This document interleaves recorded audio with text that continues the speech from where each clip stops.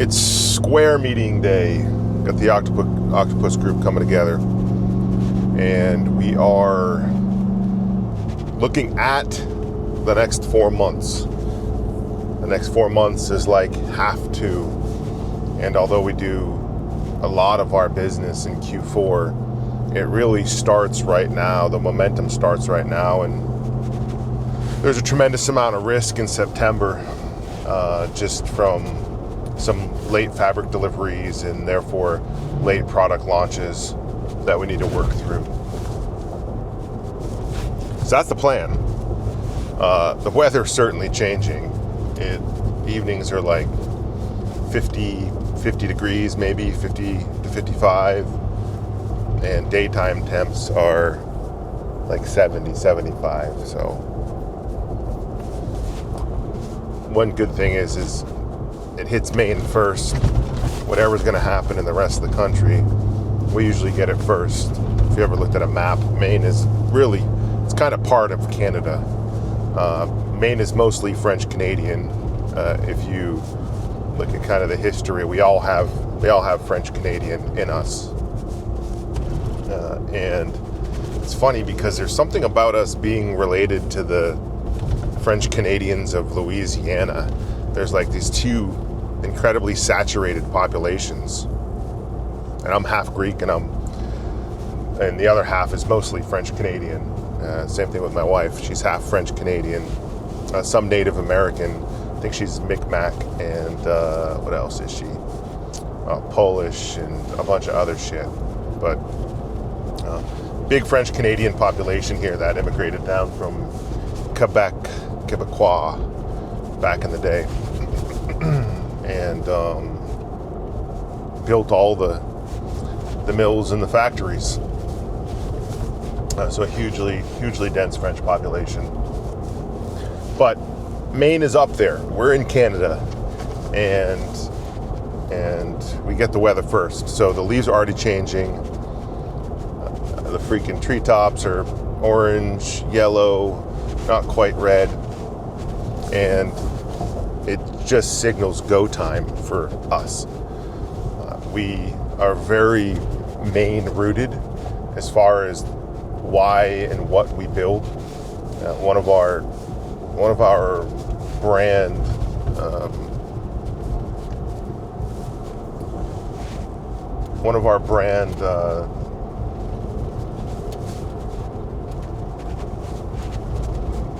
what am I trying to say here? Not values. Core values is we live what we make, we build what we believe in. And so everything we make has to work in Maine first. If we can make it work in Maine, in one of the harshest environments in the United States, maybe second to only Alaska, then it'll work anywhere in the world.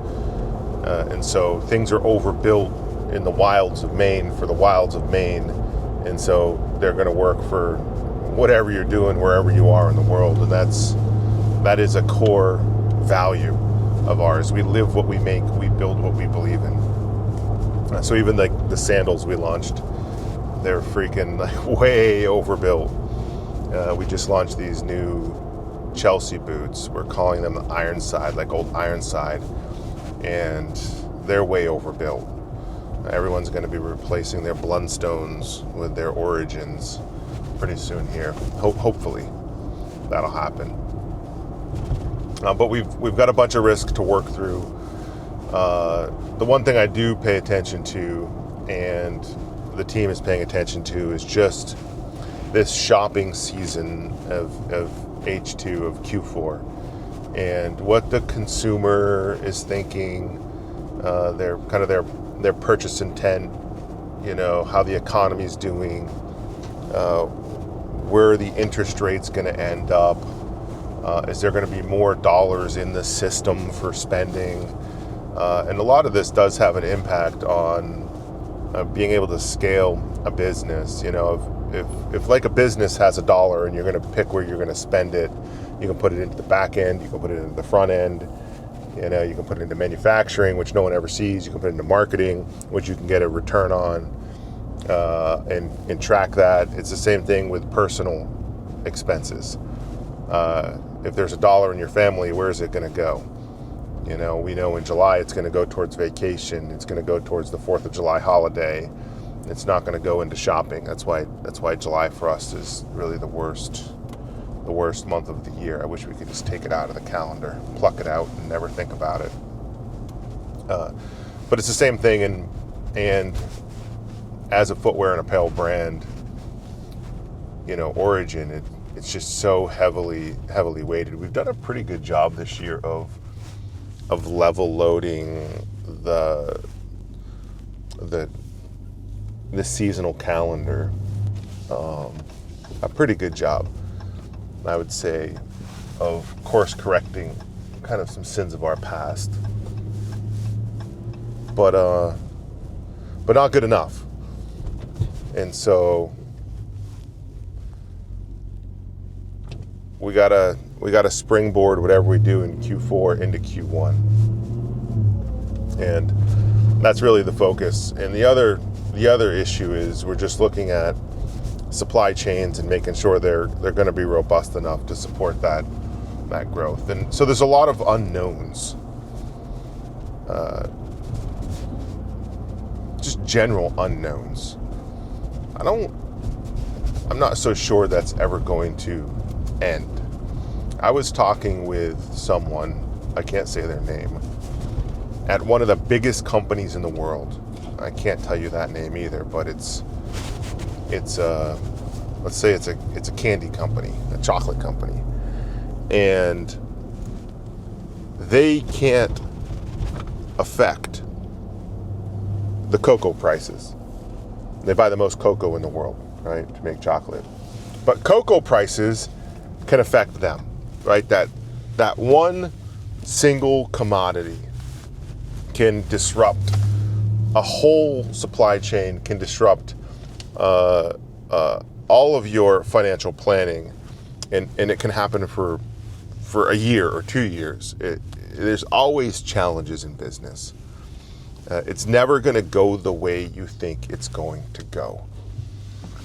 You know, I did a vlog recently, and I talked about how the only thing guaranteed about a perfect plan is that it's going to be wrong.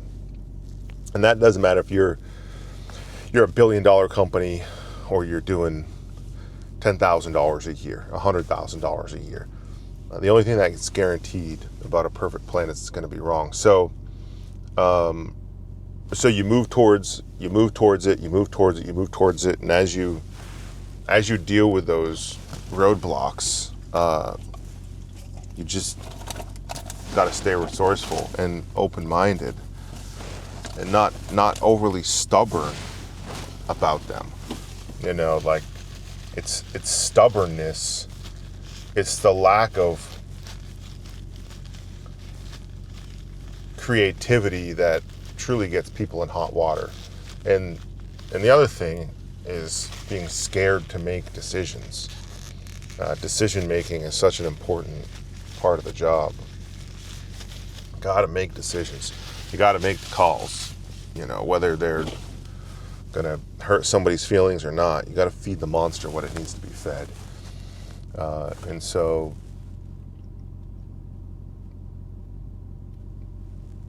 I'm really curious to see how this month pans out, this launch into our really, really busy season.